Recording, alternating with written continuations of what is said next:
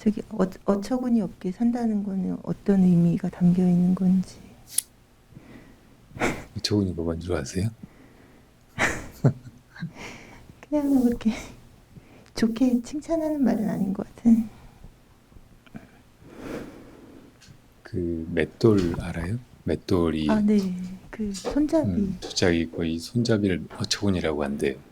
네. 뭐 가려고 급하게 갔는데 어처구니가 없어. 그러면 황당하고 어떻게 해야 될지 모르겠고 급하긴 하고 막 그런 느낌이죠. 황당한 느낌. 근데 왜 누가 어처구니 없이 산다는 얘기를 했어요? 네, 저한테요. 네? 네, 네. 제가 보살님이 어처구니 없다고 그랬어요? 아니요. 다른 스님께서. 그런 말 귀담아 듣지 마세요.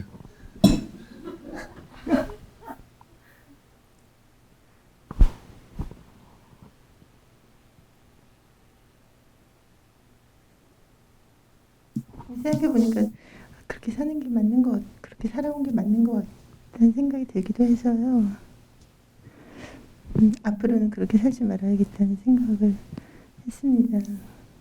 수행 열심히 해서. 다 자기 자신도 모르는데 다른 사람을 얼마나 안다고 이러쿵저러쿵 함부로 평가를 하겠어요. 그니까요. 네. 아, 교수님 욕하고 싶은 거구나. 네. 통쾌해요. 지금 이 순간. 예전에 남쪽에 살 때 어떤 정말 총명하고 거침없고 또 잘하시는 것도 많고 한 보살님이 한 분 계셨어요. 어떤 대학교의 무용과 교수님이었는데 되게 매력적이고 남자들이 다 좋아하게 생겼더라고요. 근데 그분의 제일 큰 특징은 그냥 자기식으로 사는 거예요. 누구 눈치 안 보고 누구한테 아쉬운 소리 하거나 잘 보이려고 하지 않고 그러니까 되게 당당해 보이고 그 사람의 그런 활달함, 재기발랄함 막 이런 것이 공격적으로 느껴지거나 불편하게 느껴지는 경우는 없고 오히려 멋져 보였어요. 근데 그런 사람을 잘못 건드렸다가 대인 사람이 몇 사람 있었어요. 학교에서 어떤 학과장이었는지 누가 좀 잘못된 루트로 다른 사람을 채용하고 그 교수님을 이제 날리려고 했나 봐요. 그러니까 이분이 혼자 이걸 어떻게 하나 하다가 무슨 수가 떠올라가지고 이건 내보내면 안 되겠다.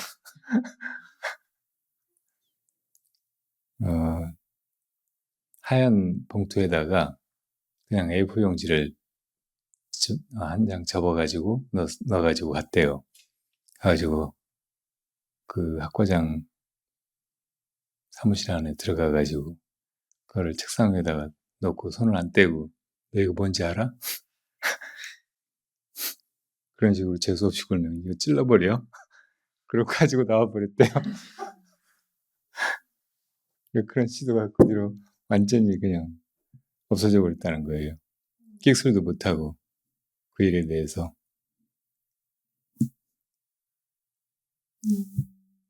또 한 번은 절에 왔는데 절에서 어떤 스님이 이제 북을 치는데 되게 아주 멋져 보이고 소리도 듣기 좋고 그래서 내가 거기서 보고 있었대요. 근데 이 보살님이 되게 예쁘게 생겨서 그렇지 사실은 잘 씻지도 않고 되게 털털한 사람이었거든요. 그러니까 세수를 하는 적이 별로 없대요. 아침에 일어나면은 빨리 급하게 출근해야 되면은 립스틱만 바르고 나간대요. 그럼 사람들이 다 깨끗하고 예쁜 줄 아는데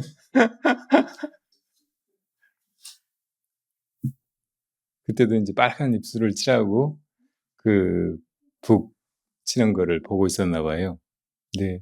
그랬으면 이제 북 치고 이렇게 돌아서 나오려고 하다가 그 보살님이 눈에 띄는 얼굴에 그러니까 이렇게 보더니 뜻밖에도 욕 같은 막말을 하더래요. 무슨 쥐를 잡아먹었나 왜 그렇게 입술을 빨갛게 하고 저리 돌아다녀 그러더래요. 그래서 순간적으로 너무 화가 나서 그때 야 임마 네가 립스틱을 사줘서 돈을 줬어.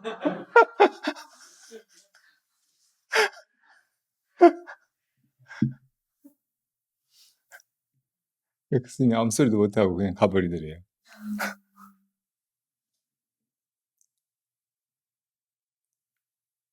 그런 당당함, 어떤 권위라든지 다른 사람들이 우리 삶에 개입하고 또 어떤 때는 간섭하고 지배하고 하려고 할 때 그것을 어느 정도는 잘라내고 또 무시하고 그냥 흘려듣고 하는 그런 자기 확신 이런 것이 조금 필요해요. 선생님, 제가 그 불교 인재원에서 법정 큰 스님께서 그 번역하신 화엄경 공부를 이번 여름에 했는데요. 거기 그 법정 스님이 번역하신 그 화엄경은 한 권으로 이렇게 스님께서 이렇게 요약 필요 없는 부분 나름대로 이렇게 축약을 해서 한 권으로 이렇게 만드셔가지고 그 당시에 나왔던 그 번역본을 가지고 공부를 하는데 보살 문명품부터 나오는데 원래 화엄경 첫 번째는 그 보살 문명품은 아니고 이제 다른 적인데 그 보살 문명품에 보면 업에 관한 개송이 되게 이렇게 자세하게 나오는데 그게 되게 인상적이었었거든요. 네, 무슨 내용이었어요? 그러니까 업이 이게 이와 같은 그런 것이다. 이 업 또한 그러하니라. 업 또한 그러하니다. 해서 그러니까 그 비유적인 설명이 개송으로 이렇게 쭉 나왔었거든요. 근데 그게 되게 아름답기도 비유도 아름답지만 그게 이해하기도 되게 쉽고 마음에 되게 와닿는 그러니까 업과 관련해서 그 부처님께서 설하시는 그 업에 관한 그것이 그 화엄경에 되게 자세하게 나와 있었는데 그게 되게 인상 깊었거든요. 근데 그 이후에 그 뒷부분은 그 분량이 너무 많아가지고 다 이제 못하고 내년 여름에 이제 공부를 하기로 했는데 그 입법 개품이 거의 대부분의 분량을 차지하고 있는데 그 입법 개품의 그 내용이 전체적으로 어떤 건지 스님께서 대략적인 설명을 해주시면 예습을 할 수 있을 것 같습니다. 승가고시 시험 보는 것 같아요.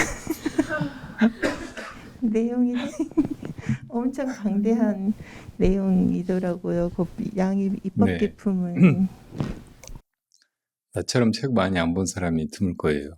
그리고 경전도 제대로 공부를 해본 게 별로 없고 근데 제가 조금 배워가지고 아는 척하는 재주가 있거든요. 되게 그 제목 이름만 들으면 이게 대충 무슨 내용이겠다 짐작해가지고 아는 척 한단 말이에요. 아까 그 업에 대해서 말씀하셨는데 화엄경의 주된 내용은 이 모든 것이 다 마음에서 비롯되는 것이라는 거예요. 마음이 이 모든 걸 다 짓는다. 일체유심조라고 하죠. 그리고 부처님은 그 마음을 깨달으신 분이고 중생 또한 그 마음을 가지고 있어서 언젠가는 그 마음을 깨달아서 나중에는 부처님이 된다. 뭐 그런 내용이죠. 그러니까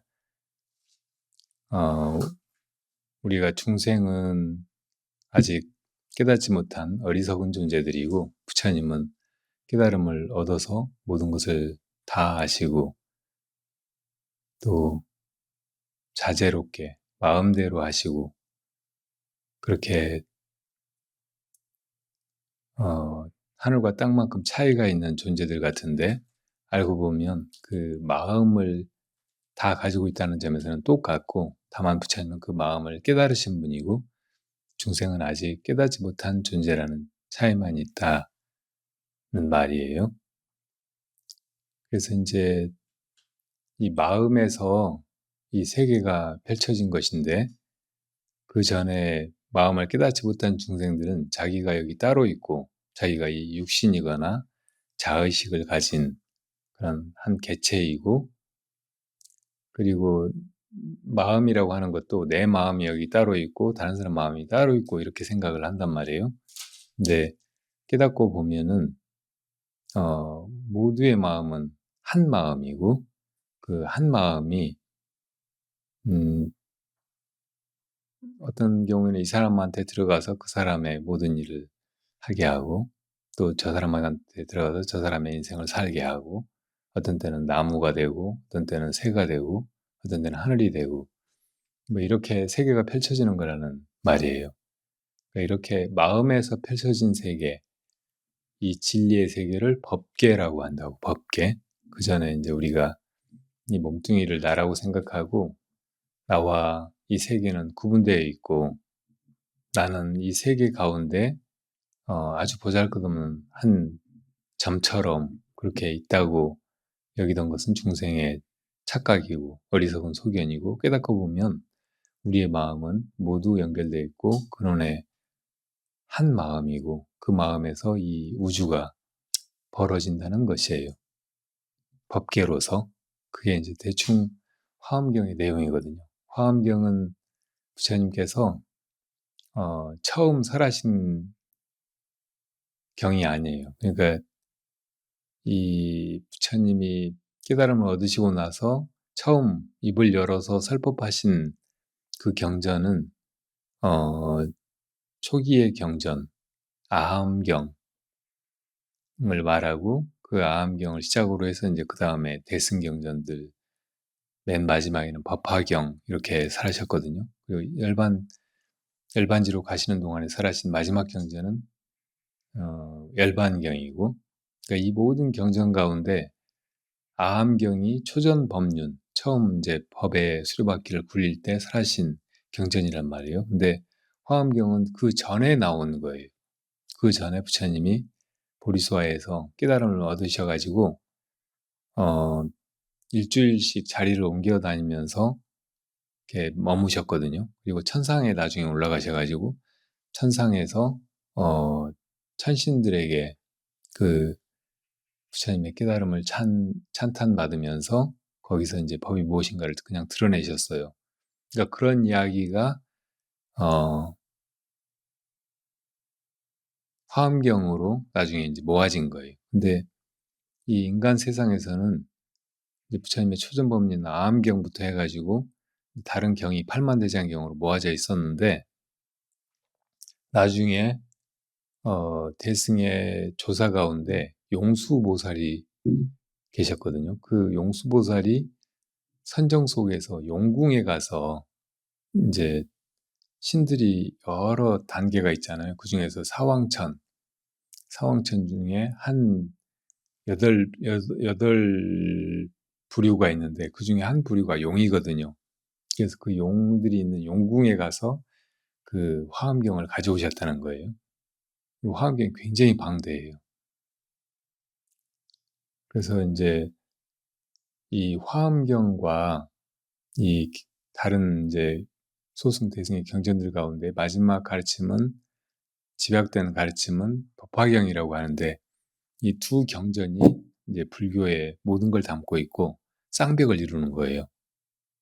화엄경의 가르침은 아까도 말했듯이 우리의 근본 마음이 이 법계를 이루어내고 있다는 것이고, 그래서 이 마음을 깨달아야 비로소 이 법계의 주인이 되고, 또 우리 마음이 업에 따라서 우리를 끌고 다니면서 온갖 괴로움을 불러오던 이 속박에서 벗어날 수 있다는 그런 말씀이죠. 그리고 결국은 다 이제 그렇게 된다는 약속 같은 수기가 담겨 있는 게 법화경의 가르침이에요. 그동안 이제 소승 대승의 가르침을 쭉 사려왔지만 이것들은 사실은 이 법화경의 가르침, 일불승의 가르침을 설하시기 위해서 징검다리처럼 놓아둔 방편설이라는 거예요. 그러면은 소승 대승의 가르침과 다른 법화경의 내용은 무엇이냐? 우선 지금 우리가 이렇게 중생의 모습을 하고 세세생생 윤회를 하면서 괴롭게 무지한 채로 이렇게 살아가고 있지만 결국은 모든 중생이 조금씩 부처님에 가까워지고 결국에 가서는 성불해서 부처님이 되고 그래서 이제 또 다른 중생을 제도하게 된다는 것. 이것이 이 세계가 존재하는 이유이고 이 세계의 어떤 목적이고 그래서 우리가 살아가는 생이 그냥 고통만 당하는 윤회의 길이 아니고 결국은 성불로 나아가는 그런 수행의 길이고 이 세상은 수행의 도량이고 그렇다는 가르침이라고.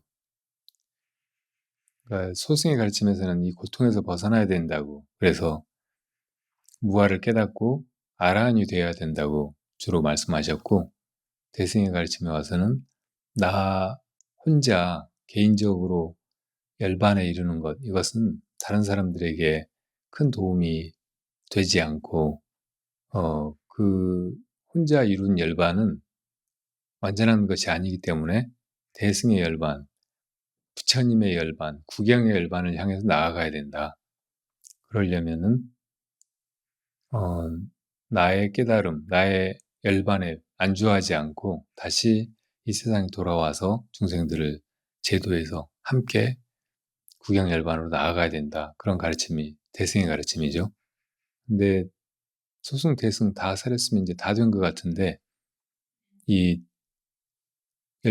법화경에 와서 부처님이 새삼스럽게 이야기하신 것은 뭐냐면 사실은 다 우리가 성불의 길로 가고 있는 것이고 그 근원의 자리에서 보면 이미 다 불성을 가지고 있고 뭐 마음을 가지고 있고 그래서 이제 성불한 부처님과 우리 중생이 다를 것이 없다는 것이에요.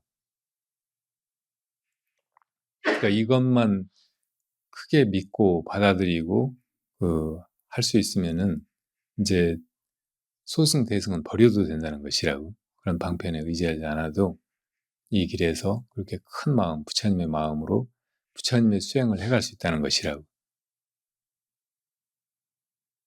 그러니까 이제 이 법화경의 가르침과 화엄경에서 모든 것이 다 마음으로 이루어지고 중생과 부처님과 마음 이 세 가지가 다른 것이 아니라는 이 가르침하고 만나는 거예요. 그래서 이제 화엄경, 법화경 이것을 잘 보고 깊이 받아들이고 그걸 완전히 체화해서 그런 삶을 살아갈 수 있으면 그 사람이야말로 진짜 부처님의 제자고 보살이고 언젠가 성불할 것이라는 것을 확연히 믿고 그렇게 나아가는 부처님의 칭찬할 만한 그런 훌륭한 제자가 되는 거죠. 아까 이제 입법 기품이 화엄경에서 제일 중요하게 법정 스님께서 많이 번역을 해놓으셨다고 하셨는데 이 입법 기품의 이야기는 약간 소설같이 드라마틱한 선제동자의 구독이에요. 선제동자가 처음에 이제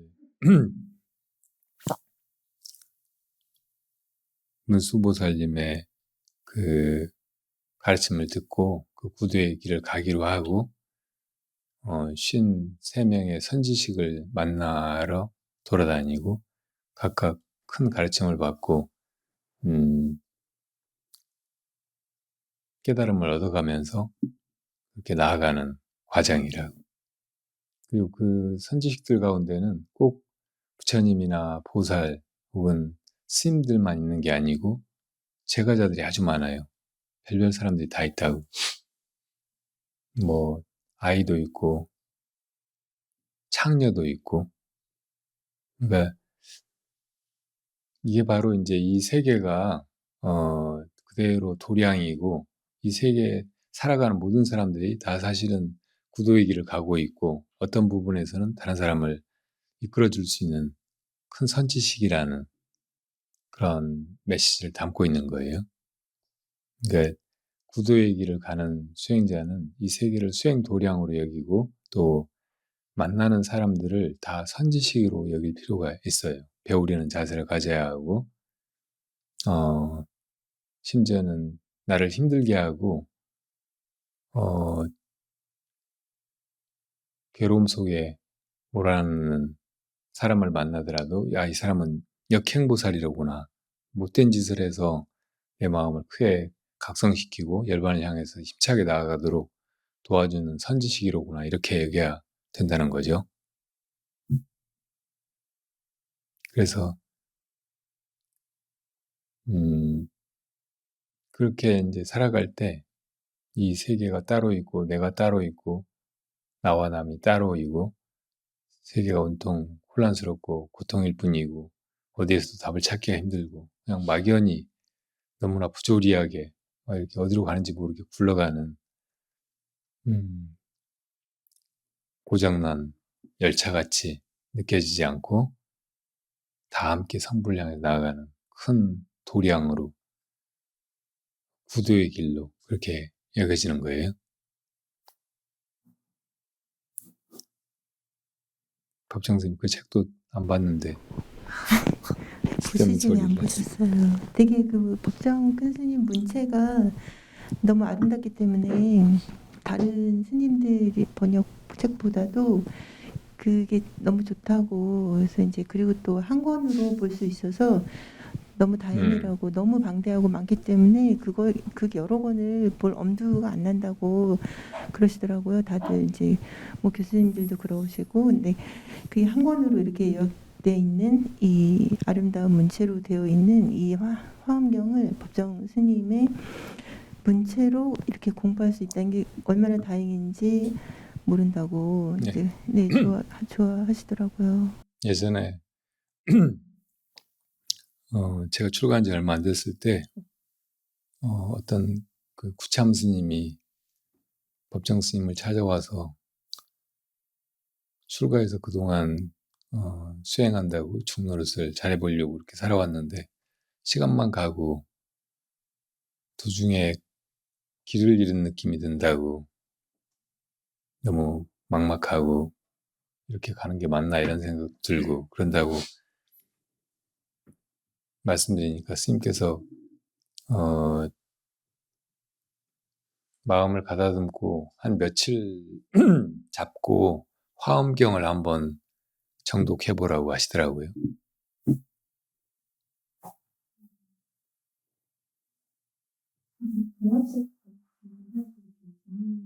그러니까 화엄경이 워낙 방대하고 이야기가 또 재미있기도 하고 이렇게 중중무진으로 막 펼쳐져 나가니까 그 속에 들어가 있으면은 그냥 경전 속에 빠져가지고 화음 법계에 들어간 것 같은 그런 느낌이 들 수 있나 봐요. 저는 안 들어가 봐서 모르겠지만. 근데 약간 이 부분은 방편으로 네. 생각하면 된다. 그냥 그런 부분이 많이 있고. 근데 그 업에 관한 개송 중에서 그렇게 생각나는 구절이 그런 부분이 있거든요. 아까 업에 관한 얘기를 생각이 났어요. 그 네, 개성이. 그러니까 완전한 건 아닌데 몇 구절 같은 거. 그러니까 알이 똑같은 알인데 알에서 깨어난 그런 새들이 각자 다른 그 모양으로 뭐 참새, 독수리, 뭐 이렇게 다 겉에서 그 알이 깨어나기 전에는 똑같은 알이지만 그 업으로 그 알에서 깨어난 새들이 모양과 이런 것들이 다 다르듯이 업 또한 그러하니라. 그런 부분이, 그런 개송 부분이 나오고, 네. 예, 그리고 그 태 엄마의 뱃속에서 이렇게 모태에서 이렇게 10달이 차면은 아이가 나오는데 그냥 이렇게 생겼다가 어쨌든 그 업으로 인해서 생긴지 모르게 생겼다가 그 기간이 차면은 아이가 나오는데 그 아이의 형상이 다 다른 형상으로 태어나잖아요. 네. 그것이 업 또한 그렇다.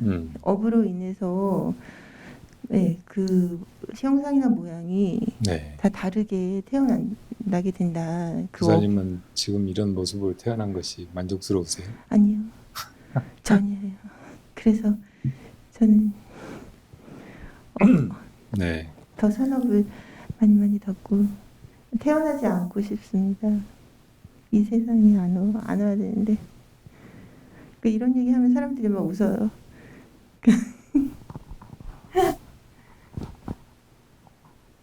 근데 태어나고 싶지 않다는 얘기를 불자들이 많이 하거든요. 노인들이 죽고 싶다고, 빨리 죽고 싶다고 말하듯이. 근데 마음속에는 지금 내 표면적인 생각이 이제 안 태어나고 싶다, 다음 생은 없었으면 좋겠다 이런 생각이 들어도 여전히 생을 갈망하고 있고 이렇지 않은 생을 한번 살아보고 싶다 이런 마음이 숨어 있을 수 있어요. 그러니까 그런 얘기를 그냥 하는 것보다는 내가 이제 정말 생사에 자제하고 태어날 수도 있고 안 태어날 수도 있고 그게 되기 전에는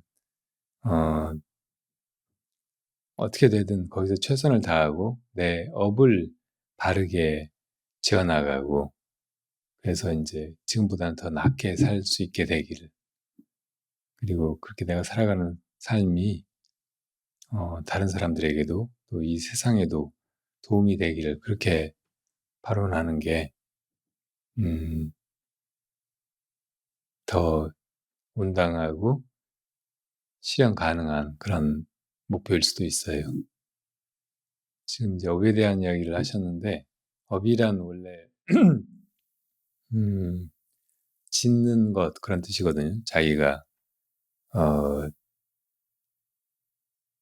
의도를 가지고 뭐 하는 거 우리가 하는 것은 세 가지가 있다고 하잖아요. 그걸 삼업이라고 불러요. 생각으로 하는 의업, 또 말로 하는 구업, 또 몸으로 하는 신업 이 세 가지. 그 이제 이 세 가지를 한 생을 사는 동안 다 다르게 하잖아요. 사람마다 똑같이 사는 사람은 없다고. 쌍둥이로 태어났어도 비슷비슷한 옷을 입히고 비슷비슷한 얼굴을 가지고 비슷비슷한 학교를 다닌다든지 직업을 가진다든지 해도 조금씩은 다 다르다고. 그러니까 그렇게 이제 달라진 것 때문에 다음 생이 또 조금 다른 거예요. 지금 우리가 각각 다 다르게 태어난 것은 과거 생에 지은 업이 다 여러 가지로 조금씩 다르니까 이런 거를 이제 차별상이라고 해요. 차별. 똑같지 않은 다른 모습들이라는 거예요. 그러니까 이렇게 우리가 차별상을 가지고 이렇게 존재하게 된 것은 과거 생에 차별된 업을 지었기 때문이죠. 다른 업을 지었기 때문. 그러니까 되게 경로가 비슷하고 패턴은 비슷할지 모르지만 조금씩 다르니까 그 작은 차이들 때문에 다 조금씩 다른 거예요. 새가 알 모양은 다 둥그렇고 비슷하지만 그 새가 살아온 업, 새의 습성이라든지 거기에 따라서 행동했던 것이 다르니까 이제 또 그 알의 크기도 다르고 또 조금씩 알의 모양도 다르고 또 깨어나는 새들도 다 달라서 다른 이름이 붙고 다른 종이 되고 다른 또 이제 한 생을 살게 되잖아요. 그렇게 계속 이제 업이 어떻게 지어지느냐에 따라서 다음 생이 다르고 또 그 다음 생에 지은 그 업에 따라서 그 다음 생이 또 다르고 막 계속 그렇게 벌어져 나가는 거죠. 그러니까 결국은 음, 우리가 다 업의 노예처럼 과거에 지은 업의 과보를 거부하지 못하고 받아들이면서 이렇게 힘들게 멈추지 못하고 계속 살아가는 것인데 이 생사윤회가 뭐 그대로 즐겁고 재미있고 즐길만 하고 하면은 그렇게 살아도 되겠지만 이 온통 고통이잖아요. 어느 순간에 정말 그만두고 싶다. 차라리 죽었으면 다음 생에 안 태어났으면 뭐 이런 생각이 들게 그렇게 참 힘들다고. 그러니까 결국은 이제 이 생사윤회에서 벗어날 그럴 꿈을 가지지 않을 수가 없고 또 괴로운 이유는 모든 게 여의치 않기 때문이잖아요. 뜻대로 다 된다면 뭐 예를 들어 이제 그만 아팠으면 하면 이제 안 아프게 된다면 뭐가 문제겠어요? 근데 그렇게 못하니까 이제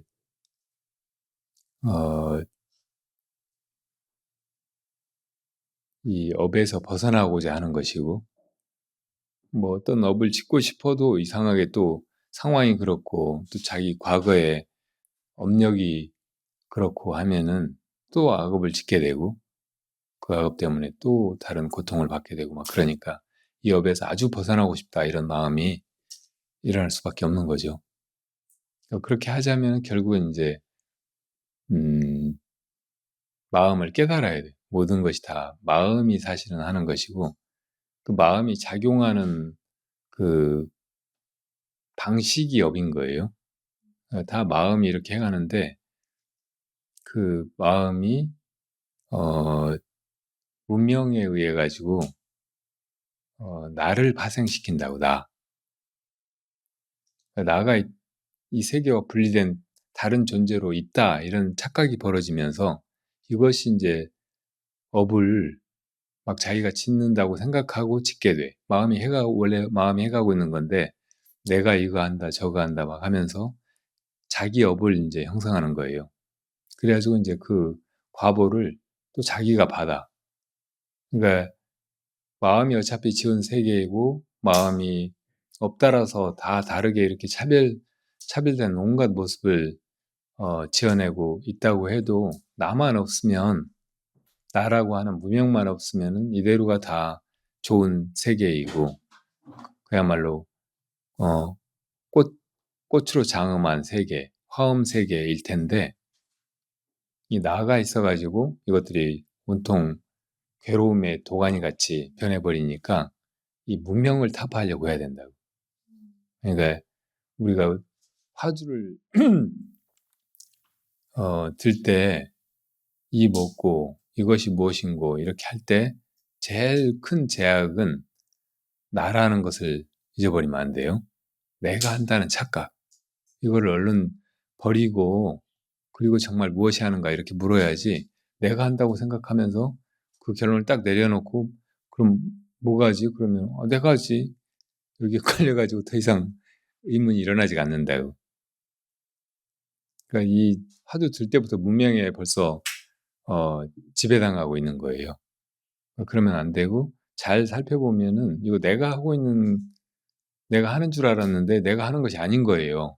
이거 앞에 이걸 보는 것도 그전에 내가 보고 있다 이렇게 생각하고 있는데 이건 착각이고 가만 보면 내가 보고 있는 게 아니라 다른 무엇이 보고 있어요. 그러니까 내가 보는 게 아니면 그럼 뭐가 보고 있을까? 이렇게 물어야 된다고. 또 이제 다른 식으로 내가 보고 있는 게 아니고 신의 섭리로 보고 있다. 신이 사실은 보고 있는 거다. 뭐 이런 식으로 결론을 내린다든지 혹은 이렇게 운명이 지워져 있으니까 그냥 이렇게 보이는 거지 이렇게 생각한다든지 이것도 다 무명이라고.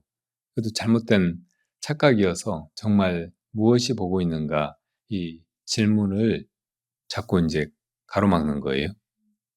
그러니까 그런 온갖 잘못된 소견이나 나 스스로 만든 이 나라고 하는 존재, 이 근본 무명 이것을 다 걷어내고 그러면 무엇이 이렇게 보고 있는가 이렇게 물어야 비로소 이제 마음을 깨닫게 된단 말이에요.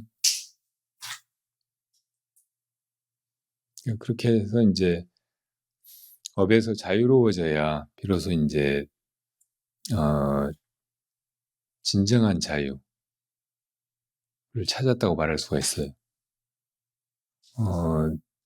서양의 철학사도 계속 인간이 무엇인가, 이 세계가 이렇게 존재하는 의미가 무엇인가, 정말 이런 것이 실제로 있는 것인가, 이런 걸 규명하려고 계속 해왔는데 결국은 이제 데카르트가 나는 생각한다, 고로 나는 존재한다.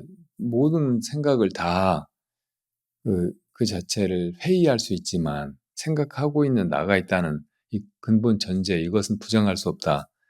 이런 결론을 내린 이후로 그게 이제 근세 이후의 사상계 그리고 세계를 지배하면서 사람들의 이 개체성, 이것을 다 사실은 부정할 수 없는 전제로 그냥 다 깔고 있어요. 모든 학문이나 지금 발달해가는 인류 문명의 모든 측면들이. 그래서 이것 때문에 문명이 방향을 못 잡고 계속 더 복잡해가고 막 발전한다고 하는데도 전혀 사람들이 행복의 길로 가고 있는 것 같지가 않은 거거든요. 나가 존재한다고 무조건 전제하고 이 나가 다 이제 저마다 권리를 가져야 된다고, 주권을 행사할 수 있어야 된다고 하면서 민주주의 같은 것이 정치적으로 발전하긴 했지만 이 민주주의 사회에서 아무도 자기가 정말 주인이다 이런 느낌을 못 가진다고. 여전히 아주 부당하고 억압적인 그런 권력이 사람들을 지배하고 있고,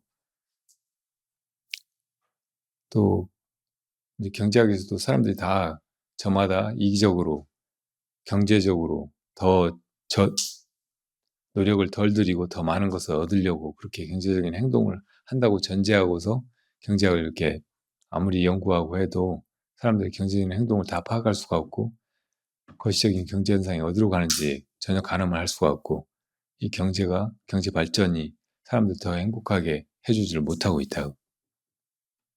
이것도 이제 차라리 법정승의 무소유처럼 사람들이 조금 덜 가지고 더 차라리 가난하지만 깨끗하게, 더 담백하게, 그러면서도 인생의 진솔한 그런 행복이나 보람을 느끼면서 의미 있게 그렇게 살아가는 삶을 지향할 때 이 세상의 경제적인 문제라든지 결핍이 사람들한테 안기는 고통, 이런 것이 다 해결이 될지 모르는데 우리는 그냥 경제학만 믿고 세계 경제가 다 그쪽 방향으로만 가고 있다고.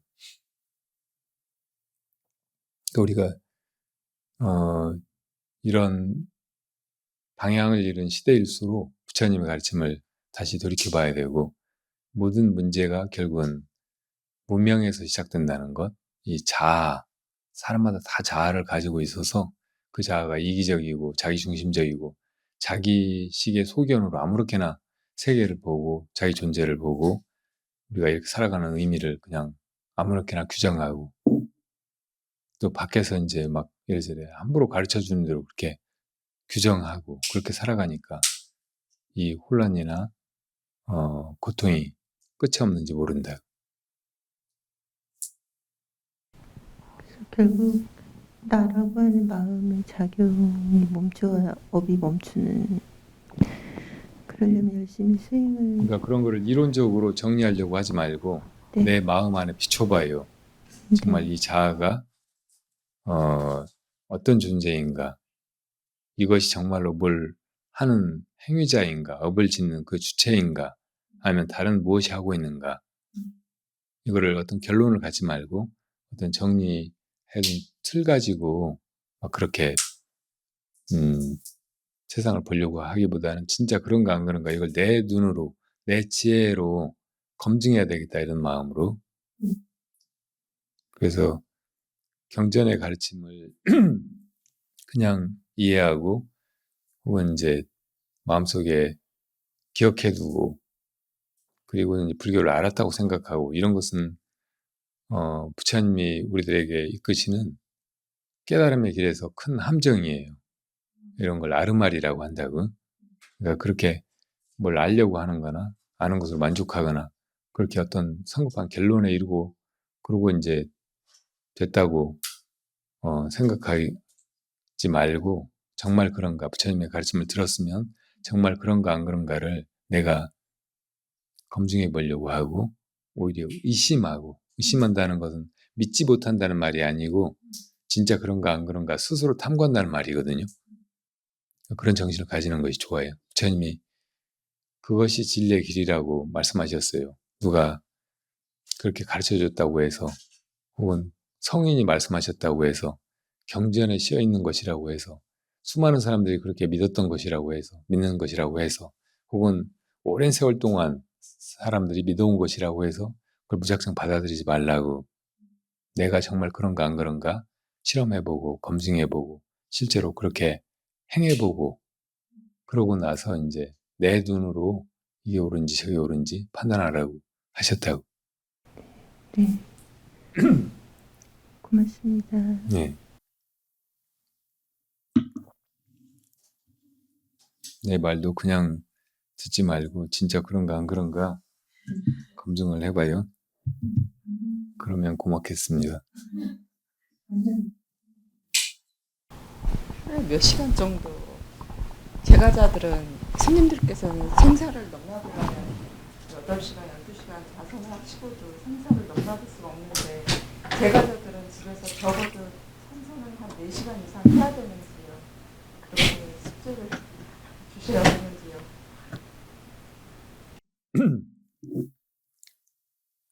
일체유심주라는 말 속에는 이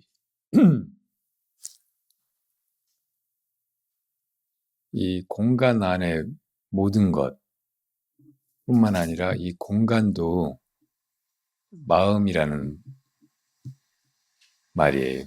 그리고 시간 속에서 변해가는 모든 것 뿐만 아니고 시간 그 자체도 마음이라는 말이라고. 우리가 존재로 파악하는 것 대부분이 다 시공간 속에 있잖아요. 그거 아니면 다 이제 마음 속에 있다고. 마음 속에 있는 것들은 다 마음이죠. 근데 우리가 마음 밖에 있다고 생각하고 살아가는 이 시공간, 그리고 시공간 속의 일체의 것들, 이게 다 사실은 마음이라는 게 부처님의 통찰이잖아요. 그러니까 수행한다는 것도 이 마음속에서 해나가는 일이고 또 이제 어떤 자세로 앉아서 어떤 장소에서 이렇게 시간 맞춰서 그렇게 앉고 서고 하는 거 이런 것도 다 마음속의 노름이라는 것을 잊어버리면 안 돼요. 그리고 마음을 깨닫는다고 하는 것은 어찌 보면 그 시간 밖에 그 시간을 놔두기도 하고 거두기도 하고 하는 그 참 존재를 깨닫는다는 것이에요. 그러니까 이것을 어떻게 많은 시간을 걸려가지고 할 필요가 있겠어요? 이게 마치 꿈 깨는 것과 같은 것인데 꿈 깰 때 그냥 잠깐 탁 순간적으로 깨어나잖아요.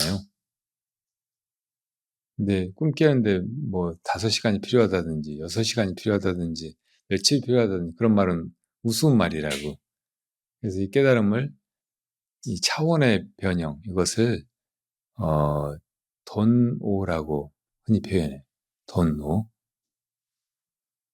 돈은 갑자기 시간하고 관계없이 한순간에 그런 뜻이잖아요. 그러니까 여기에 많은 시간이 필요하다고 생각하지 마세요. 그리고 이제 이 돈오를 이루는 것도 그 전에 많은 노력이 있어야 수행을 많이 해야 이게 된다고 생각하는데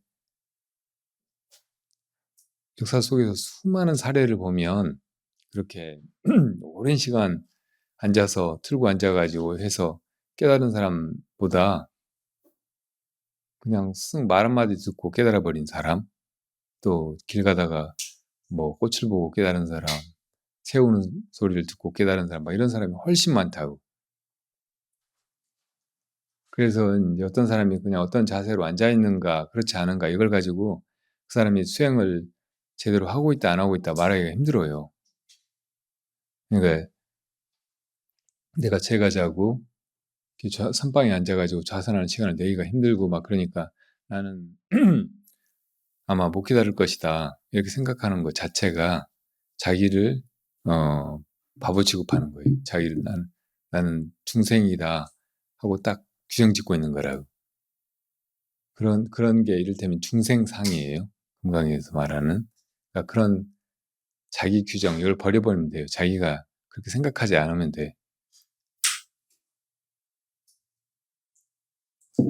그리고 이제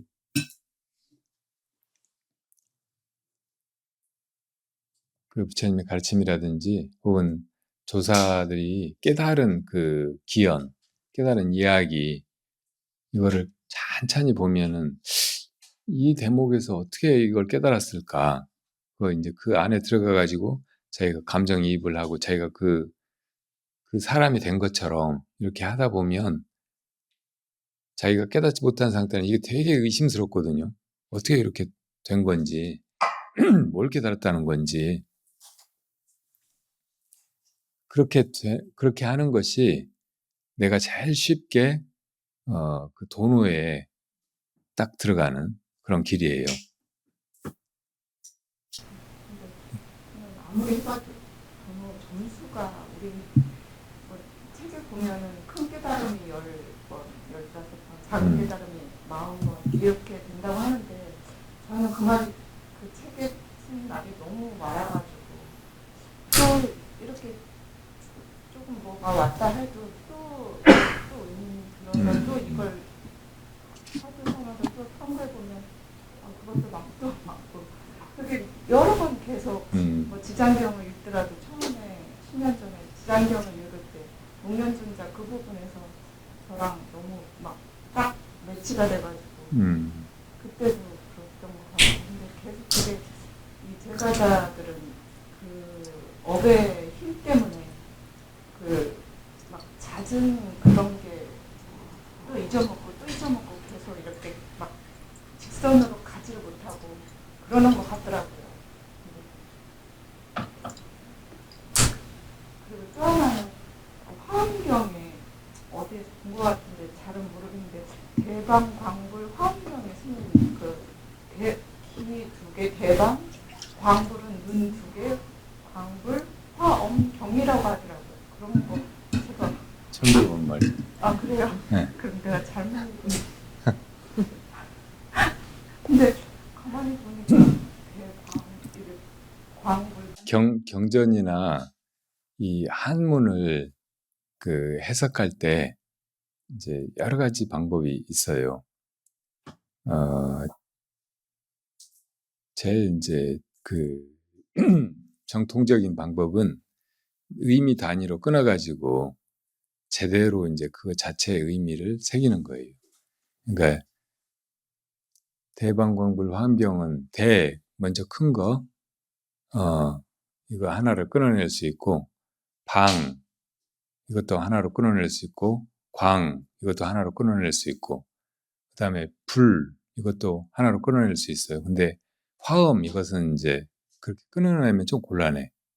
그리고 이렇게 이제 마지막, 한 글자 이렇게 나눠서 보면 대는 이제 크다는 말이죠. 이게 대승경전이라는 말이고, 그리고 크다는 말도 이제 깊이 새겨보면, 이 모든 것을 다 아우르고 있다는 말이에요. 그 중에 어떤 부분이 아니고, 방은 이제 원래 네모지다 이 말인데, 이 동서남북 혹은 옛날에 이제 이 땅이 네모지다고 생각을 해서 어느 한 구석도 다 빠지지 않은 온전한 그런 말이에요. 광은 넓다 그 말이고, 그러니까 아까 대하고 비슷한 그런 말이죠. 그리고 이제 불은 부처님이고, 그러니까 대방광 이것이 이제 사실은 경을 다 수식하고 있어요. 그리고 부처님은 이제 부처님의 경전 그런 뜻이에요. 부처님이 설하신 경전 그런 뜻이라고.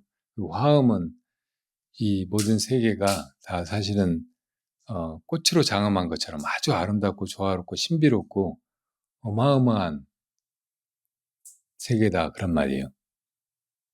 그러니까 이 경전이 막 그렇게 꽃처럼 아름답고 조화롭고 막 그렇다는 말이 아니고 이 세계를 묘사하는 거예요.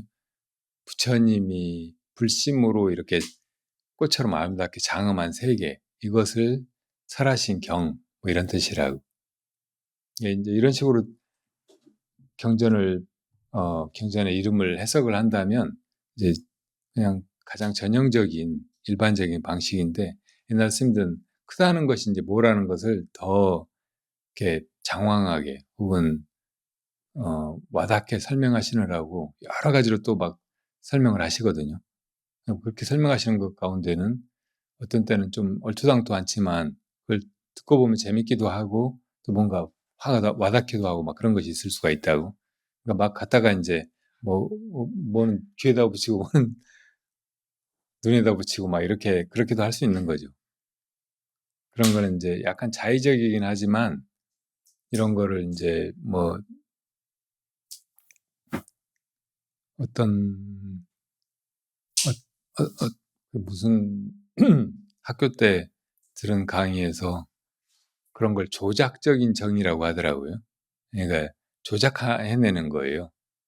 그 정의가 정말 이제 원래 뜻이어서 그렇게 내려지는 게 아니고 이렇다라고 이제 우선 정의를 해두는 거예요. 그렇게 정의를 해둘 때 할 말이 있고 이제 설명해 줄 수 있는 것들이 많고 그 설명을 들으면 또 사람들이 배울 게 많으니까. 예를 들어 국가 그러면 국가를 이제 사전에 찾아보면 뭐 이러이러한 뜻으로 이제 설명이 나와 있을 거 아니에요. 그래서 그렇게 국가를 설명하는 거 이것은 이제 일반적인 방법이겠죠. 근데 국가를 조작적으로 이제 설명을 해본다면 이것도 별로 뭐 깡패 집단이나 다를 게 없는 것이야. 깡패들 같은 놈들이 어쩌다가 만들어가지고 주식들 이제 동원해서 사람들 막 갈취하고 뭔가 나쁜 짓을 일삼고 뭐 이렇게 설명하면 어떤 맥락에서는 그게 사람들한테 수긍이 가는 부분이 있다고. 국가를 깡패 집단이라고 할 수는 없는 것인데 국가를 깡패 집단이라고 조작적으로 정의를 해놓고 보면 할 말이 있고 또 사람들한테 어필하는 게 있으니까 그렇게 정의를 해볼 수도 있는 거죠. 그런 식의 해석도 있어요. 민상이 질문해봐. 엄마하고 민상이가 엄청 친한 것 같아요.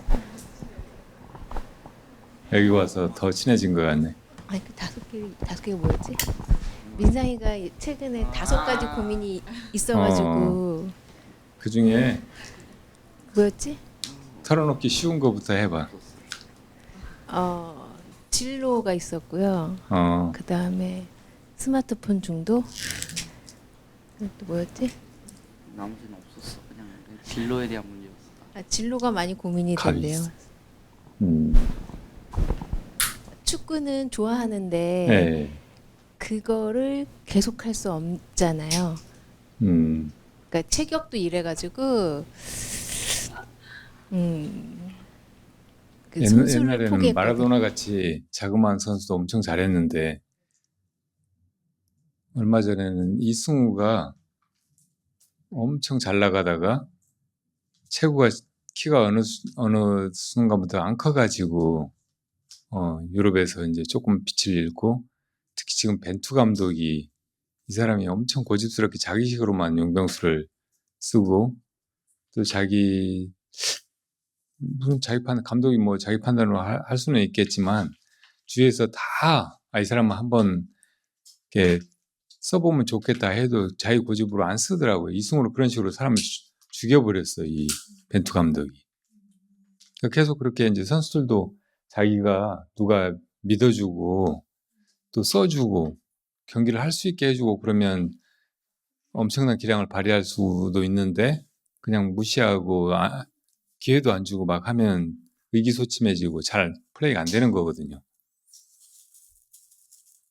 근데 지금 또 이제 이강인을 가지고 어쩌고 하고 있더라고. 근데 이승우는 아주 재기발랄하고 또 아주 잘생겼어요. 그래서 한국 여자 팬들이 엄청 좋아하고 그랬는데 이 팬 누가 날려버려서.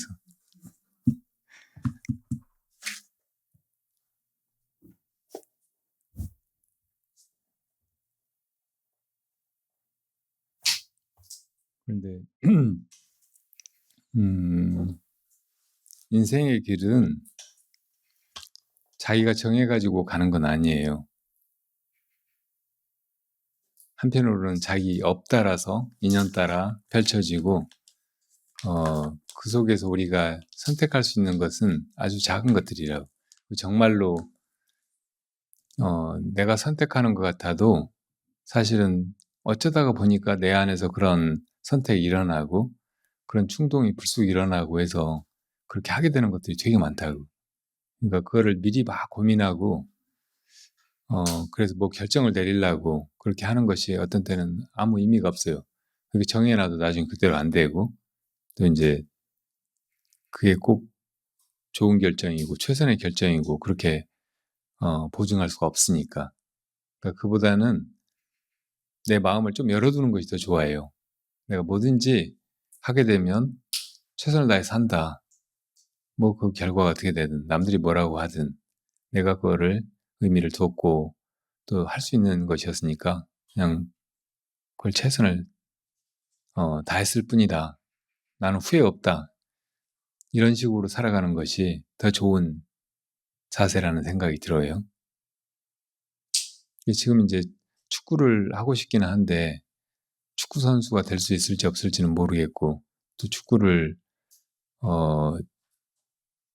그냥 뭐 아마추어로 좋아하면서 그냥 다른 일을 하면서 지내게 될지 어떻게 될지 모르잖아요. 그러니까 이거를 그냥 다 열어두고 축구를 좋아하는 만큼 하고 하게 되는 만큼 하고 또 이제 학교 다니면서 공부하는 거라든지 또 다른 사람들 살아가는 거 이런 걸 보고서 아 나는 이런 직업을 가져도 될 것 같다. 이건 내가 잘할 수 있을 것 같다 싶으면 그런 걸 해도 되는 거예요. 그리고 나중에 이제 뭐 아마추어 축구 뭐 이런 거를 또 하면서 같이 이제 즐겨도 되는 거지. 그렇게 살아도. 얼마 전에 유튜브에 보니까 그 어제 리프팅이라고 했나? 그거를 엄청 잘하는 한국 사람이 있더라고요. 그래가지고 옛날에 88 올림픽 때, 그 전에 이제 리프팅은 그 사람을 따라올 사람이 없는 거예요. 근데 축구 선수가 되지는 못했어. 근데 자기가 그런 거를 이제 보여주고 싶은데 기회도 없는 거예요. 그래가지고 88 올림픽이었는지 월드컵이었는지 그 게임 도중에 쉬는 시간에 하프타임에 들어가서 운동장에서 자기가 막 그걸 한 거예요. 허락도 안 받고. 근데 너무 잘하고 한 번도 안 떨어뜨리고 계속 그렇게 하니까 유명해졌어요. 그래가지고 외국에 이제 초청받아가지고 가서 막 그런 걸 해주기도 하고 누가 호나우디뉴가 그걸 같이 했다가 이제 저 머리 숙이면서 이렇게 악수를 청했다고 하더라고요. 그리고 이제 이 사람이 최근에 뭐 그런 종목을 하나 만들려고 한대. 리프팅만 하고 리프팅으로 온갖 재주를 보여주는 그러니까 퍼포먼스 같은 거죠. 그러니까 그 올림픽 종목 중에서도 게임을 해가지고 상대방하고 겨루는 것도 있지만 뭐 다이빙이라든지 또 싱크로나이즈 뭐 이런 식으로 예술적으로 뭘 멋지게 표현하면 이게 금메달을 따기도 하잖아요. 그러니까 그런 종목을 축구공 가지고 하는 그런 종목을 만들려고 하는 거야 지금. 몇 년 뒤에는 그런 종목이 생겨날지도 모르지. 그러니까 이 사람은 어쨌든 축구를 너무 좋아했고 축구공 가지고 노는 거를 평생 해왔는데 어쩌다 보니까 축구 선수는 못 됐어요. 그래도 그냥 계속 즐기면서 그렇게 왔잖아요. 그랬다가 지금은 그게 직업이 됐어. 어쨌든 그런 쇼만 어디 초청받아가지고 가서 하면서 돈도 엄청 벌고 지금은 이제 그런 종목을 창시까지 하려고 하는 거니까. 그러니까 우리 인생길이 어떻게 펼쳐질지 자기 스스로 어른들이 정해놓은 그 틀 속에서 뭘 할까 이렇게 생각하기보다는 열어놓고 자기 좋아하는 걸 하면서 이렇게 살다 보면 그걸 잘하게 되고 또 그게 이제 나중에 내 직업이 될 수도 있고 나를 표현하고 실현하는 어떤 통로가 될 수 있다는 말이죠. 내 생각엔 진로를 그렇게 잡아나가는 것이 좋다고 생각해요. 나도 중이 되리라고는 생각을 못했지. 아주 어릴 때 막연하게 그런 생각은 들더라고요. 그러니까 꼬맹이 때 할머니하고 제일 많이 지냈으니까 할머니 나 커서 스님이나 될까 그런 적이 있어요. 나도 모르게 내 입에서 그런 말이 나왔어. 할머니가 야 그러면 안 돼. 엄청 심각하게 막 몇 번 다짐을 받으시더라고. 그래서 이제 안 되는 줄 알았죠. 근데 내가 이제 가끔 젊은 사람들이 와서 출가하겠다고 하면 출가를 네가 하려고 하지 말고 출가는 교통사고처럼 어느 날 갑자기 벌어지는 일이니까 그때를 기다리라고 하거든요. 내가 출가를 그렇게 했거든요. 그냥 출가가 일어났어. 사고 나는 것처럼. 그리고 내가 그 진로에 대해서 고민을 안 하고 산 건 아닌데 특히 이제 그 대학쯤에 뭐 직업을 놓고 막 그런 고민을 한 것도 아니고 어떻게 살아야 할까 그런 고민이 아주 심각해져 가지고 나중에는 정말 어떤 것을 내가 정해서 할 수 있는 것인가 정말 이걸 내가 하는 건가 막 이런 고민까지 돼가지고 나중에 아무것도 못 하겠더라고요. 그래서 차라리 가만히 있어보자 하고 한 번은 방에서 그냥 누워 있었어요. 다 포기하고. 근데 그 전에 뭐 끓여 먹으려고 물을 얹어놨는지 가스레인지에서 뭐가 화락 넘치는 소리가 나니까 나도 모르게 뛰어가가지고 불을 확 끄더라고. 아이 이렇게 되는 거구나. 무슨 상황이 벌어지면 나도 모르게 해야 되는 행동이 있다고. 이렇게 사라지는 건데 괜히 내가 미리 막 고민을 하고 그랬구나 이런 생각이 들었어요. 그리고 또 한 번은 그런 고민을 하고 있었던 때여서 그랬는지 산길을 가다가 이 갈림길이 나왔는데 이거 선택을 못 하겠는 거예요. 이 길로 가면 어떻게 될지 모르고 이 길로 가면 또 다른 내가 될 테고 그런데 지금 내가 뭘 근거로 해서 함부로 이걸 판단하지? 이런 생각이 드니까 결정을 못 하겠더라고. 그래서 어떻게 할까? 이게 확실한 근거가 나타날 때까지 여기서 기다리자고 서 있었어요. 한 30분이나 1시간 서 있었을까? 근데 어느 순간 정신 차리고 보니까 내가 어느 길로 가고 있는 거예요. 전혀 선택을 하지 않았는데 그냥 걸음이 떼어진 거죠. 나도 모르게. 그래서 이렇게 선택이 일어나는 거로구나. 인생의 길도 이렇게 가지는 거구나. 그런 생각이 들어가지고 그 뒤로는 일부러 선택을 안 하려고 그렇게 살아왔어요. 다 모든 게 우연의 소산이고 인연 따라고 그냥 될 대로 되라는 식으로 지금까지 온 거죠. 되게 속은 편하더라고요.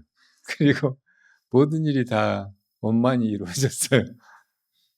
한 끼도 굶지 않았고 살까 말까 막 그런 고민도 한 적이 없고 차라리 죽을까 이런 생각은 해본 적이 없어요. 그때 막 고민하고 할 때는 정말 괴로웠거든요.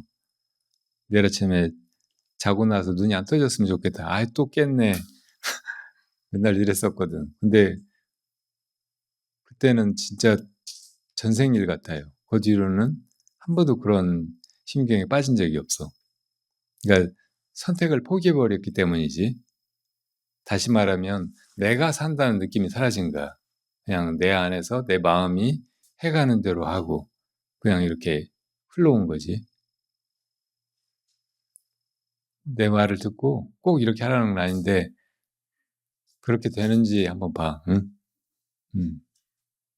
그리고 엄마도 부모님도 너무 애들을 자기 원하는 길로 막 그렇게 몰아세워서는 안 돼요. 아이들은 자기들의 인생이 있거든요. 너무 몰아세우는 건 마치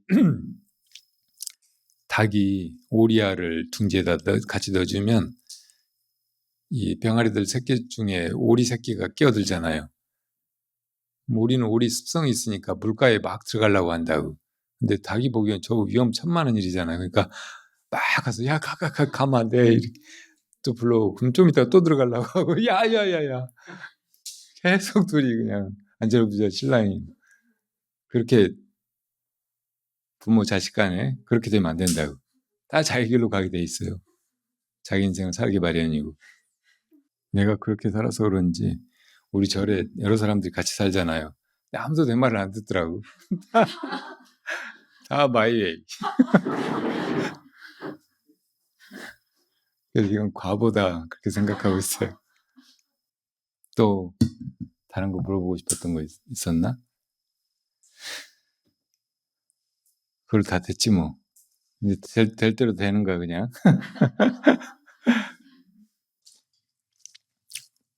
그런데 사람이 살면서 어떤 꿈을 가진다는 거 혹은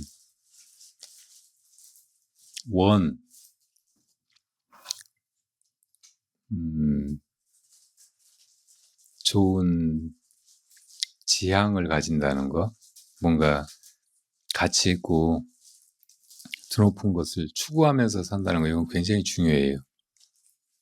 아주 인간적이고, 사람은 그냥 물에 떠가는 낙엽 같은 존재가 아니거든요. 분명히 어떤 주체적인 힘을 가지고 있고, 또 끊임없이 의지가 솟아나는 내면의 샘을 가지고 있고, 그러니까 그거를 굳이 막 묵혀두고 무시하고 아무렇게나 사는 거, 이게 인간적으로 잘 사는 삶은 전혀 아니에요.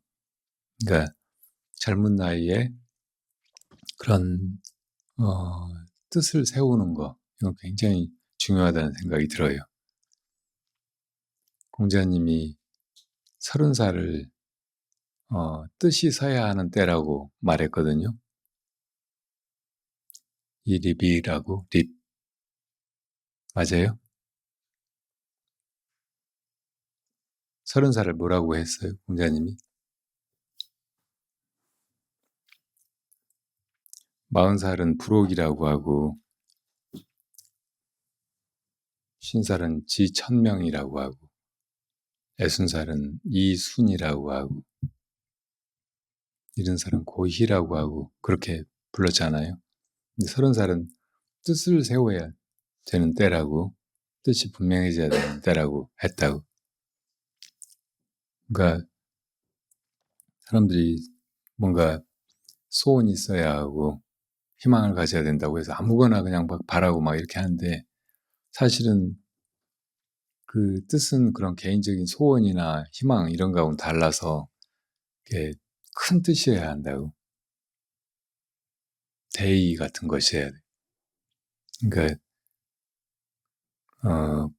그 나이 될 때까지는 세상에 대해서랑 인생에 대해서 좀 넓게 공부도 해보고 고민도 해보고 치열하게 탐구도 해보고 또 이런저런 실험도 해보고 뭐 여행도 해보고 그렇게 하면서 그걸 세우는 것을 목표로 해도 돼. 내가 생각하기에는 뭐 좋은 대학 가는 거 이거를 한 20살경에 목표로 이렇게 두는 건 어쩔 수 없다고 해도 대학 들어가고 나서 이제 됐다 이렇게 생각하면은 그 다음에 아주 세속적이고 너무나 의미 없는 수동적인 그런 삶을 살게 된다고. 그러니까 그때부터 시작해가지고 한 30 될 때까지 내가 이 인생을 무엇을 위해서 살 것인가, 무슨 뜻을 이루기 위해 살 것인가 그런 고민을 하고, 그래서 30살쯤 됐을 때는 딱 그게 정해지는 것이 좋다고 봐요.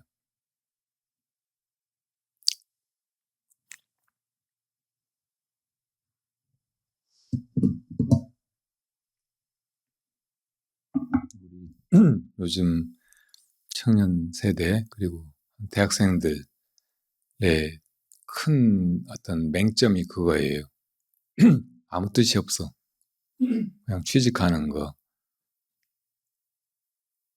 그럭저럭 돈벌이하고 그냥 한 소시민으로 그냥 내 앞가림이나 해나가는 거, 이런 것을 내 인생의 최대치로 생각하고 있다고. 아주 형편없는 잔챙이 같은 그런 인생을 살 수밖에 없는 거지. 그렇게 자기를 딱 틀에 가두고 있으면은.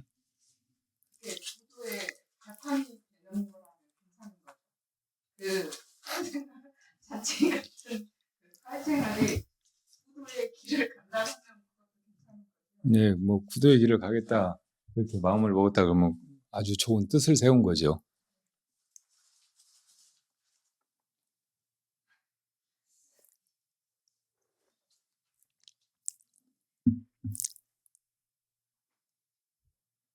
자기가 세워야 돼. 엄마가 강요하면 안 돼.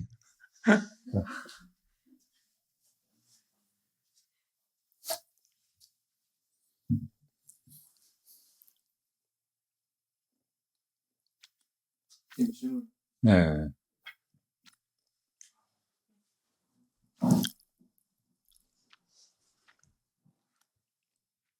자, 커피 쭉 맛있게 드세요.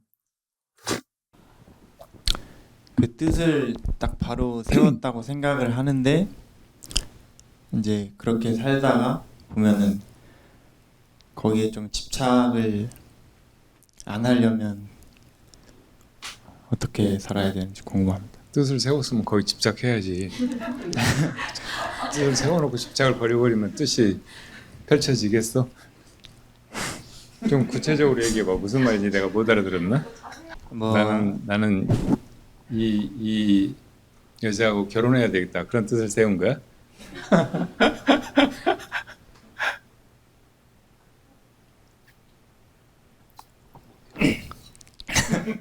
예를 들어서 뭐 결혼을 했다면 사랑하는 사람하고 결혼을 했다면 내 수행을 열심히 해서 이 사람을 이제 깨우쳐 줘야겠다. 살면서 이런 뜻을 세웠는데 이제 이 사람을 깨우쳐 주고 싶은데 잘 뜻대로 안 돼가지고 막 집착을 하게 되는 거죠. 얘를 이상하게 되네. 아빠 얘기하는 거 아니야 혹시? 맞아.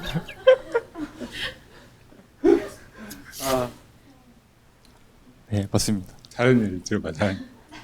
다른 예를 들거나 내 실질적인 상황을 얘기를 하거나.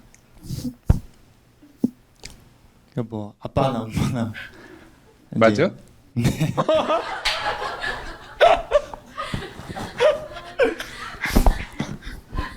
근데 이제 인연 따라 살아야 된다고 생각은 하는데 이 부모님이 너무 안타까워가지고 이제 뭐 이렇게 도움을 주고 싶다 이렇게 뭐 생각을 하면은 보은이가 좀 집착을- 부모님한테 도움을 드리고 싶다고?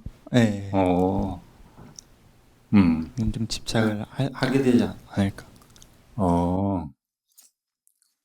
그렇게 구체적으로 얘기를 해야지. 스님들이 이제 출가하면서 우선은 그 집착을 버리고 나서죠. 그러니까 자기를 평생 낳아주고 길러주시고 온갖 뒷바라지를 다 해주신 그 은혜를 등지고 나오는 일이니까 그 일이 그냥 집착을 끊는 일이 아니고 어떻게 보면 약간 배신에 가까운 일이어서 상당히 마음이 무거워요. 근데 그 무거운 마음을 이제 이 수행을 해서 꼭 이 도를 이루겠다 하는 그런 결의로 연결을 시키는 거지. 내가 이렇게까지 하고 나왔으니까 이건 정말 목숨 걸고 해야 되겠다. 지금 내가 한번 배신을 하고 인간적으로 크게 부끄러운 짓을 하지만 나중에 가서는 그걸 더 크게 갚고 이 부끄러움이 그냥 계속되는 게 아니고 큰 반전이 일어나가지고 부모님도 너무나 이제 고마워하고 다행스러워하고 좋아하시고 막 그렇게 살아야 되겠다 이렇게 결심하는 거죠. 근데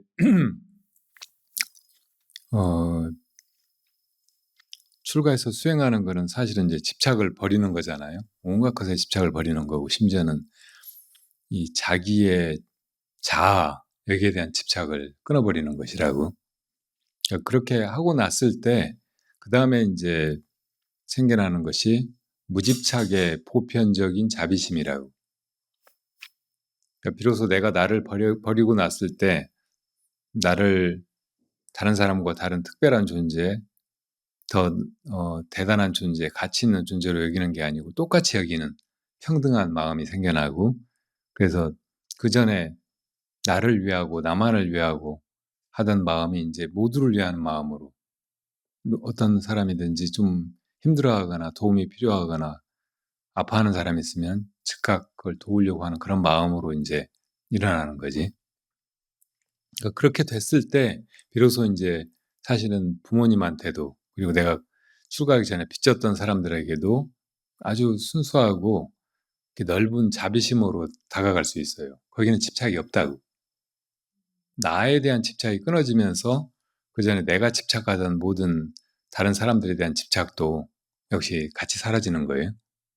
그리고 이제 다른 사람들 똑같이 어려워하면 도우려고 하고, 될 수 있으면 이 생사에서 건져서 수행의 길로 가서 함께 이 도를 이루려고 하고 하던 그 마음이 그대로 부모님에게도, 또 출가 전에 내가 집착하던 그런 인연들에게도 똑같이 바래진단 말이에요. 그때 가서 그게 하게 하면 돼. 지금 이제 보은이가 수행을 잘 하고 있고 이 길로 잘 가고 있고 막 하니까 나중에 이제 그렇게 되어갈 거예요. 그러니까 너무 걱정 안 해도 돼. 그래도 부모님은 그만하면은 훈련이 많으시고 또 이제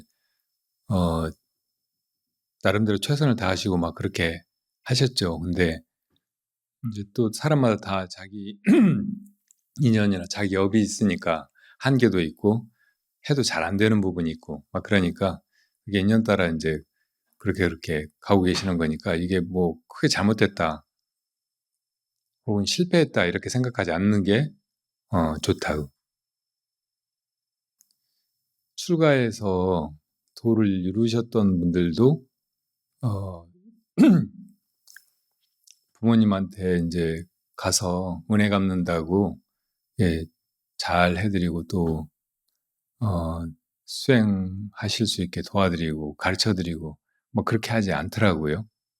오히려 더 냉정하게 대하거나 심지어는 저 오조 홍인 내사처럼 자기 어렵게 자기를 낳아가지고 자기 낳아서 엄청 고생하고 거지처럼 그렇게 떠돌던 분을 절에 모셔다 놓고 가둬가지고 밥도 못 주게 하고 그래야 죽였어요. 근데 나중에 이제 그 자리에 스님들이 다 비난하고 어떻게 도인이라는 사람이 저러나 자기 엄마한테 그러고 있는데 밤에 꿈에 여러 사람들 꿈에 나타나가지고 네 아들 스님이 나를 그렇게 이제 인정을 보지 않고 천도를 해줘서 내가 이렇게 극락세계로 간다고 그렇게 꿈에서 말씀을 하셨거든요. 그러니까 그거는 이제 인과를 다 꿰뚫어 보는 도인들이 그렇게 하는 거죠. 그게 이제 진짜 부모님한테 필요한 거고 부모님 은혜를 갚는 길이고 하니까 이제 보통 사람들이 보기에는 아주 무자비하고 전혀 인간적으로 수긍할 수 없는 그런 일까지도 해서 이제 부모님을 제도하시는 거죠. 근데 그런 경우 아니고는 그냥 대부분 다 무시하거나 저 동산 스님이 그랬듯이 자기 어머니가 아들을 출가시켜놓고도 수행 잘하라고 하면서 격려하는 편지도 보내고 한시도 못 잊고 아들을 그리워하고 또 아들 잘 되기를 기도하고 그랬다가 나중에는 이제 눈이 멀어서 아들 하도 이렇게 언제 안 오나 하고 기다리다가 눈이 멀어가지고 그래도 이제 아들을 어떻게라도 만나고 싶은 생각에 그 물가에서 물 건너가는 사람들 발 씻어주는 일을 하면서 아들을 찾으려고 했던 어머니. 그러니까 이 동산 스님 그 발에 사마귀가 하나 있었대요. 그러니까 그 발을 씻어주다 보면 그 사마귀를 혹시 이제 만지게 되면 이 사람이 내 아들이로구나 하고 이제 알아보려고. 그런데 동산 스님이 그 사마귀가 왼발에 있다면 오른발만 2번 쉽게 하고 떠나버렸잖아요. 이건 엄마가 이제 자기가 씻은 발이 둘 다 오른발이었다는 생각이 들어가지고 뭔가 좀 느낌이 이상해서 혹시 그랬는데 오른발만 씻었고 그 사람은 떠나버렸고 그러니까 막 자기 아들인가 하고 울며 쫓아가다가 물에 빠져가 죽어버렸잖아요. 뭐 그렇게 모질게 하는 사람도 있다고. 그리고 또 많은 경우에는 그냥 찾아가지 않고 돌아가실 때까지 일체 연락을 안 해버리고 막 그런 분들이 많고. 그러니까 부모님을 제도한다고 하는 것이 가서 이제 한 번이라도 더 보여드리고 또 이것저것 해드리고 어떤 때는 또 모시고 살고 막 그런 것이 아니에요. 어떤 때는 그냥 그 인정이라든지 애착 이걸 끊어드리는 일이라고. 그래서 이제 그렇게 하는 것이라고 말할 수 있어요. 그리고 이제 불련이 부족하신 분들 같으면 자기가 이제 불법을 깨달았으니까 자기가 가서 그렇게 도움을 드리려고 하기보다는 다른 인연을 지어드리려고 하는 경우가 많아요. 이상하게 부모 자식 간에는 그런 애착이 너무 심해가지고 불법이라고 해도 전해드려도 이건 뭐 내 어릴 때 그 코올리게 애가 하던 얘기쯤으로 이렇게 생각을 하기가 쉬우니까 도반이라든지 다른 사람을 통해서 자기 부모를 제도하게 그렇게 이제 이끌어 드리는 거죠.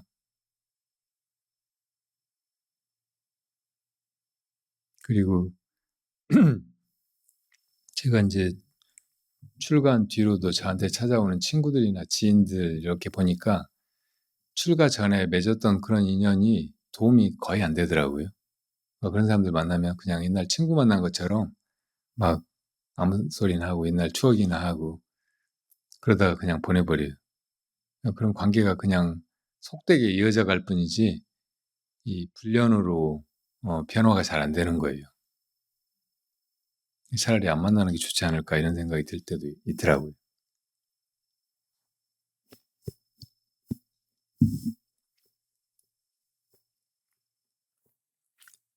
보은이가 처음에 여기 도량에 살기 시작했을 때 아주 잘 지냈고 출가한 것처럼 지내려고 했는데 여러 사람들 속에서 이제 부모님이 좀 힘들어하기도 하고 또 곤란한 상황에 처하기도 하고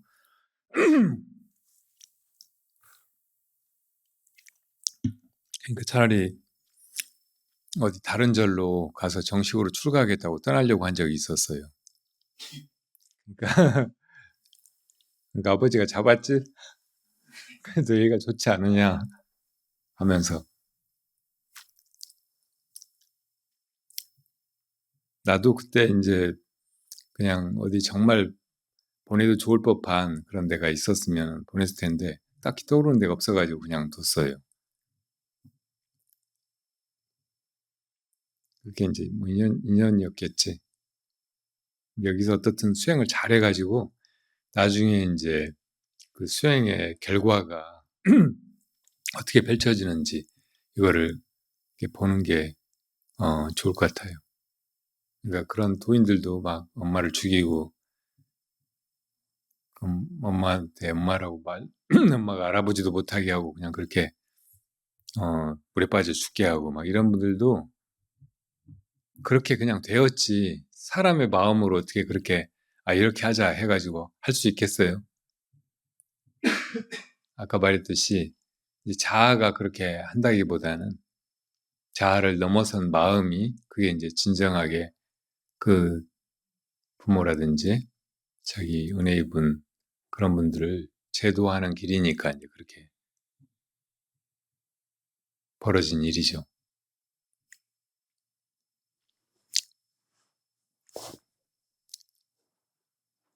보은이 집도 집안의 식구들 중에 보은이가 제일 나은 것 같아요. 내가 보기엔.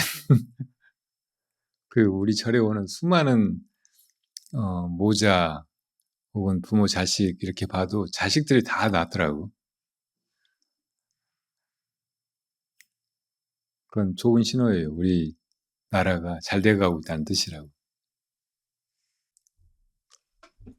지난번 수련회 이어서 이렇게 이번에 하면서 두 수련회를 비교해보니까 어때요? 저 하령하와보살님이나 또 선민보살님이 보기에 이번에는 뭔가 사람이 너무 적은 것 같지 않아요? 분위기가 너무 침체된 것 같지 않아요? 선방에 다니면서 수행해봐도 대중이 한 20명 모여가지고 이렇게 할 때 제일 좋더라고요. 그보다 더 많으면 막 이렇게 쪼개지고 산만하고 또 벌어진 일이 막 이것저것 불쑥불쑥 계속 문제가 생겨요. 그리고 그보다 적으면은 되게 오붓하고 그런 것 같긴 한데 뭔가 이렇게 막 같이 진군하는 것 같은 그런 신바람이 안 나는 거예요. 수행하는 그 열이 이런 것이 잘 안 생겨. 두 사람이 느끼기에도 그래요? 선비모사님 느끼기에도 그래요? 이번에도 좋아요? 좋은 점도 있어요.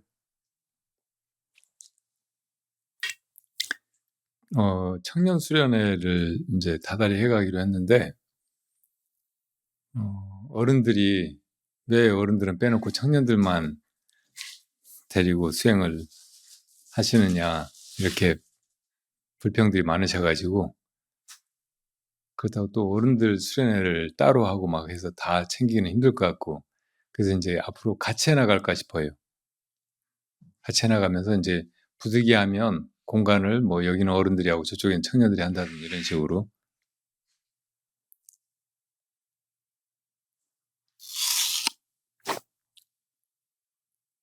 예전에 수련회는 1년에 한 번 정도 휴가철에 와서 이렇게 하면은 충전이 돼서 1년 정도 그 맑은 기운으로 직장 생활이나 다른 사회생활을 그렇게 해나갈 수 있었다고 말하는 사람들이 많았거든요. 근데 지금은 세상이 굉장히 빨라지기도 했고, 또 그때 수련회는 이제 승가를 체험하는 것처럼 여러 가지 다채롭게 절에서 하는 것들을 같이 해보게 하고, 뭐 문화적인 체험도 하게 하고, 뭐 그랬거든요. 근데 지금은 이제 그렇게 다 할 수가 없고, 여기가 이제 전통사찰처럼 여러 분야를 맡아가지고 그렇게 강의를 해주거나 안내를 해주거나 할 수 있는 인력이 부족하고, 그래서 이제 수행에 초점을 맞춰서 그렇게 진행을 해가고 있거든요. 근데 사실은 수행하기 위해서 수련회를 하는 거라고 하면 이런 식의 수련회가 훨씬 알차요. 뭐 막 재밌고 뭐 별걸 보고 막 체험하고 이렇게 하는 것보다는. 앞으로 어른들 수련회하고 같이 하게 돼도 자주 오세요. 쭉 이렇게 지속적으로 1년에 한 번이나 뭐 생각나면 어쩌다 한 번 이렇게 하는 것보다 집중적으로 한동안 이렇게 해가는 것이 훨씬 진전이 많거든요.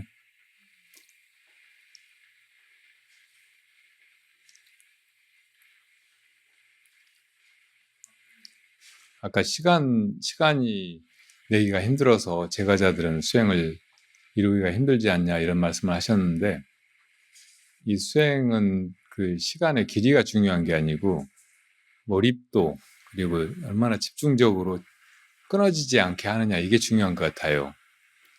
그래서 수련회 시작할 때 말씀드렸듯이 정말 끊어지지 않게 이 화두를 이어가면 다 3일이 안 걸린다고 하셨다고.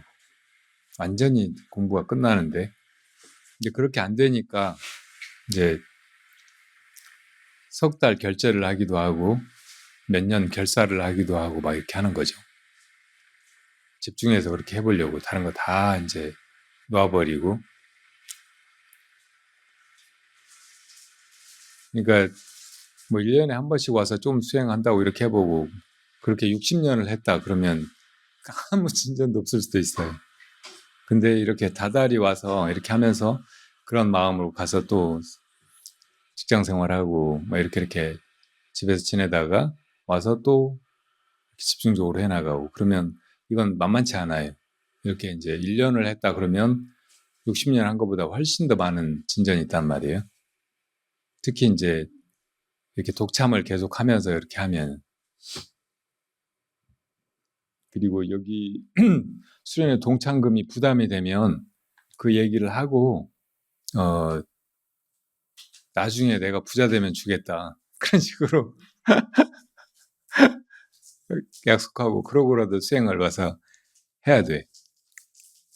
원래 수행이란 지혜와 복덕을 닦아가는 길이거든요.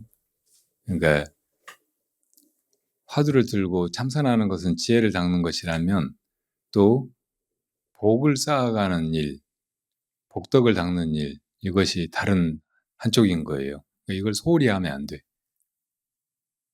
부처님한테 귀의하고 절하고 예불 모시고 막 이렇게 하는 것도 복을 쌓는 일이고, 또 도량에 와서 도량을 건사하는 일, 뭐 비실이라든지 풀 뽑는 거라든지 이런 걸 하는 것도 복을 쌓는 일이고, 도반들한테 잘 지낼 수 있게, 수행을 잘해갈 수 있게 뭔가 몸으로든 마음으로든 도움을 주는 것, 이것도 복을 쌓는 일이고, 그리고 부처님이나 스님들께 작은 거라도 공양 올리는 거, 이것도 이제 복을 쌓아가는 거예요. 그러니까 부처님이 뭘 그렇게 많이 드시고 싶어서 막 저렇게 뭘 올리라고 하시겠어요? 복을 쌓게 해주시느라고 그러는 거라고. 그러니까 정말로 필요해서가 아니고 중생을 위해서 받아주시는 거예요. 그러니까 그런 거를 고마워하고 하면서 이제 작은 거라도 늘 공양 올리는 마음, 절을 한번 하더라도 그렇게 진심으로 공양 올리고 귀의하고 하는 그런 마음으로 이렇게 하는 거, 이게 이제 복을 쌓는 일이 되기도 해. 왜 복을 쌓아야 되느냐면 지혜를 쌓아서 내가 도를 이뤘다고 해도 복에 힘이 없으면, 복연이 없으면은 다른 사람을 가르칠 인연이 안 되는 거예요. 이렇게 아무 중생 제도할 인연이 없는 부처를 벽지불이라고 한다고. 우리가 아라한이나 뭐 보살의 지위에 만족하지 않고 부처님이 될 때까지 나아가는 이유가 중생을 제도하려고 하는 거잖아요. 부처님처럼. 근데 부처가 되어가지고도 그냥 혼자 그 상태에서 열반에 들여야 된다면 그건 참 허무한 일이잖아요. 안타까운 일이죠. 그러니까 복 쌓는 일을 게을리하지 말아야 된다고. 그래서 여러분들이 도량에 와가지고 뭐 이것저것 울력도 하고 뭐 설거지도 하고 막 이렇게 하는 거를 그런 일이라고, 그래서 이제 수행의 다른 측면이라고 이렇게 이해해야 돼요. 복이 없으면 또 지혜를 쌓는 일도 못하게 돼. 승을 만나기도 힘들고 또 이상하게 승의 가르침을 흘려듣게 되고 그 소중하게 생각이 안 되고 인연이 부족하면 그렇다고. 그러니까 티벳 같은 데서는 스승한테 가르침을 청할 때는 반드시 뭔가 공양물을 가지고 가서 공양을 올리고 가르침을 듣는 거예요. 이 세상에 공짜가 없다고 하잖아요. 그러니까 스승한테 그게 꼭 필요하지 않니? 이제 보통 티벳에서는 이 목도리 이런 거를 이제 많이 선물하잖아요. 스승이 목도리 1000개가 뭐하러 필요하겠어요. 근데도 그게 공양을 올려야 인과에 의해서 내가 가르침을 받을 만한 그런 분이 생기니까 그렇게 하는 거죠.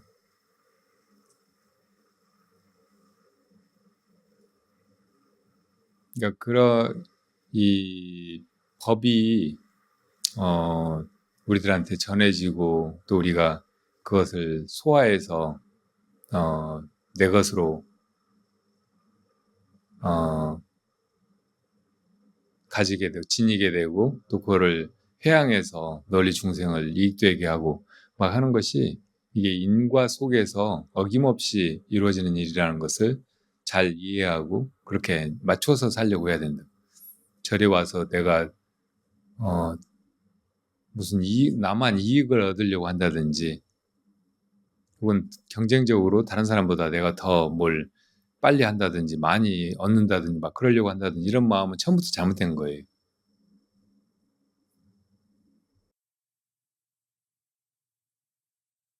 수련회 소감문 다 쓰고 가세요. 그걸 써야 어떤 식으로 하면 더 앞으로 좋은 수련회가 될지 진행자들이 연구도 하고 하니까. 그리고 개인적으로는 자기 수행 일지 같은 거를 쓰는 것도 좋아해요. 노트 한 권을 준비해가지고 오늘 이렇게 수행을 했고 뭐 이런 느낌이 들었고 또 오늘 이런 식으로 독참을 했고 그래서 뭐 이런 걸 또 알았고 이런 공안을 이렇게 대답했고 이런 식으로 정리해가면 나중에 보면 도움이 많이 돼요. 우리가 어떤 공안을 뚫었다고 해도 사실은 명쾌하지 않은 상태에 어쩌다가 그런 답이 나와가지고 그냥 되는 경우가 많거든요. 그게 잘 자기 안에 녹아들어가지고 자기를 탈바꿈시키려면 사실은 그걸 대답을 못한 채로 더 오래 가지고 있어야 되는데 그냥 속성재배한 것처럼 그냥 그렇게 된 경우도 많다고. 그러니까 그걸 잘 이렇게 간직하고서 다시 되새기고 그 분명한 통찰을 항상 유지하려고 하고 막 이렇게 하는 것도 굉장히 중요해요. 근데 그런 과정에서 수행일지가 도움이 많이 될 수 있어요. 그러니까 청년들 독참을 해보니까 청년들이 아까 말했듯이 부모님 세대보다 훨씬 독참을 잘하더라고요. 그러니까 아직 머리가 굳지 않아서, 그러니까 이 아르마리 뭘 알고 그냥 알아서 말로 대답하고 막 이런 길로 어른들은 너무 많이 지나와가지고 완전히 머리가 그렇게 굳어져 있는 느낌이 많이 있어요. 근데 아직 젊은 사람들은 그렇지 않아서 그런지 어릴 때 이제 직관적이고 그냥 뭐 노력하지 않고도 감각적으로 막 뭘 이렇게 알아차리고 마음이 그쪽으로 확 열리고 막 그런 가능성이 많이 살아있는 것 같아요. 될 수 있으면 일찍 이 선에 접하고 독참도 해보고 막 그런 것이 좋겠다는 생각이 들거든요. 근데 이렇게 이제 청년들 독참을 하면서 지켜보면 청년들이 너무 쉽게 그거를 접하고 또 이제 알고 얻게 되고 하니까 이게 얼마나 소중한지를 그냥 또 쉽게 잊어버리더라고. 그전하고 똑같이 그냥 살아가면서 그냥 뭐 선이 그런 거구나. 뭐 안 해도 되겠네. 뭐 이렇게 생각하면서 그냥 지내는 것 같은 느낌이 많이 들어요. 참 안타깝고 그래서 이제 계속 도량에 와서 수행을 해나가고 그걸 심화시켜 나가고 또 점검받고 그렇게 해야 된다고 말해주고 싶어도 안 와버려 그냥.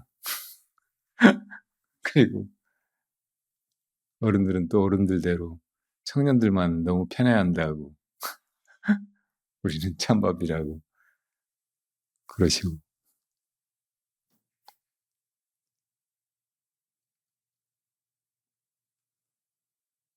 그러니까 자기 자신이 어떤 존재인가 이거를 잘 알아야 싸움에 나가서도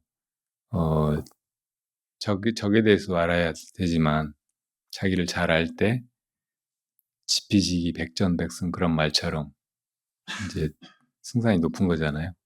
그런 것처럼 집단적으로도 우리 세대가 어떤가 그런 걸 잘 이해하는 거 이것도 굉장히 도움이 되는 것 같아요. 우리 세대의 특징, 장점, 또 옛날 세대나 더 어린 세대들에 비해서 우리가 가지고 있는 어떤 단점 이런 것을 좀 객관적으로 들여다보고 그거를 극복해가는 거 이건 굉장히 좋은 일 같아요.